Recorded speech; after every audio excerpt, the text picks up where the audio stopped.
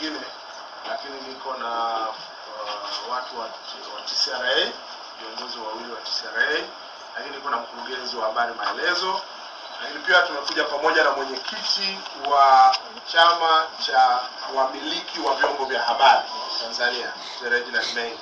Yeye kama mwenyekiti wa wamiliki wa vyombo vya habari, wenzao wa chombo cha habari wamepata matatizo, kwa hiyo naye amekuja kuungana nao, lakini yuko pamoja na katibu nadhani wa chama cha wamiliki wa vyombo vya habari. Nadhani sina haja ya kurudia kueleza kilichotokea.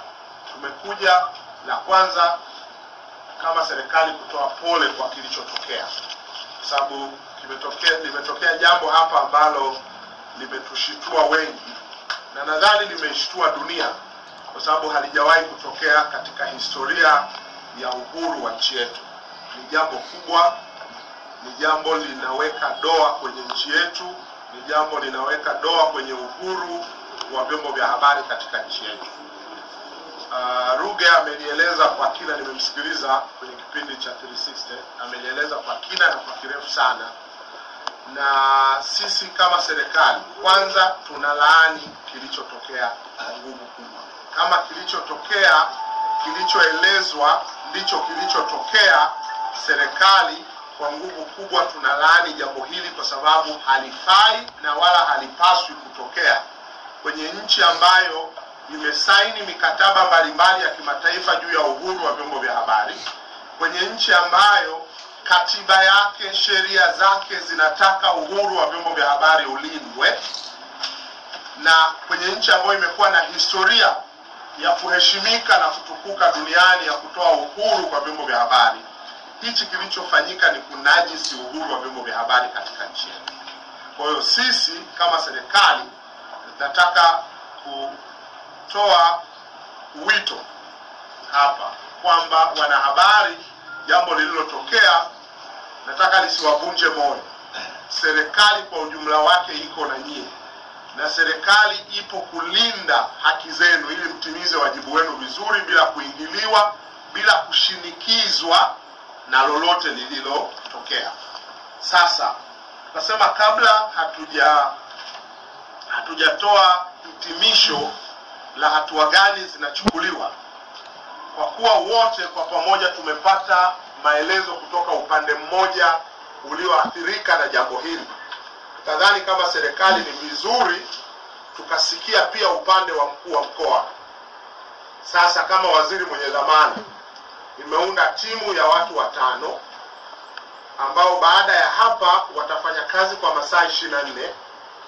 Baada ya masaa hayo 24 wataleta ripoti wizarani kunishauri waziri hatua sasa za kuchukua, sababu tumepata ya upande mmoja, tunataka tupate na upande wa mkuu wa mkoa na watu wake, ili tujue kwa nini wamefanya walichokifanya, maelezo yao ni nini kabla hatujachukua hatua.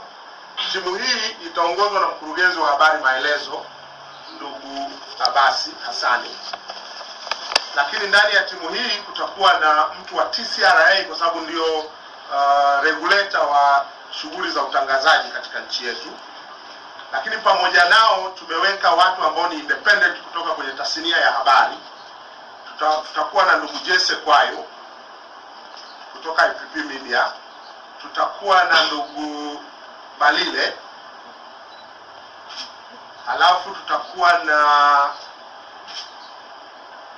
Balile anatoka Jamhuri, ni katika wamiliki wa vyombo vya habari. Lakini pia tutakuwa na dada moja mhariri wa Wapo Radio anaitwa Nengida. Hawa watu 5 baada ya kumaliza kikao hichi watakwenda kumtafuta mkuu wa mkoa na kufanya mahojiano naye ili tupate upande wake, na kufikia kesho wao wamemaliza hiyo kazi ndani ya masaa 24, wailete hiyo ripoti. Halafu baada ya hiyo ripoti tutasema sasa hatua tutakazochukua. Wakati kazi hii ikifanyika, kama nilivyowaomba jana, naendelea kuwaomba wanahabari tutulie, tusipaniki. Ni kweli ni jambo kubwa sana lililotokea, lakini vizuri tutulie, tupate sasa taarifa zote za pande zote mbili, Alafu kama serikali tutasema hatua tutakazozichukua. Nimekuja kuwapa pole, kulaani kilichotokea, kuwaomba mtulie. Alafu kamati tuliyoiunda ndani ya masaa 24 wao wamemaliza kazi niliyowapa, walete taarifa na sisi tutachukua hatua. Mwisho niendelee kuwapa pole Clouds FM. Niwashukuru kwa kuendelea na kazi. Nimeona leo mmechangamka, kuendelea na kazi ya Malkia wa Nguvu asubuhi. Jambo zuri sana.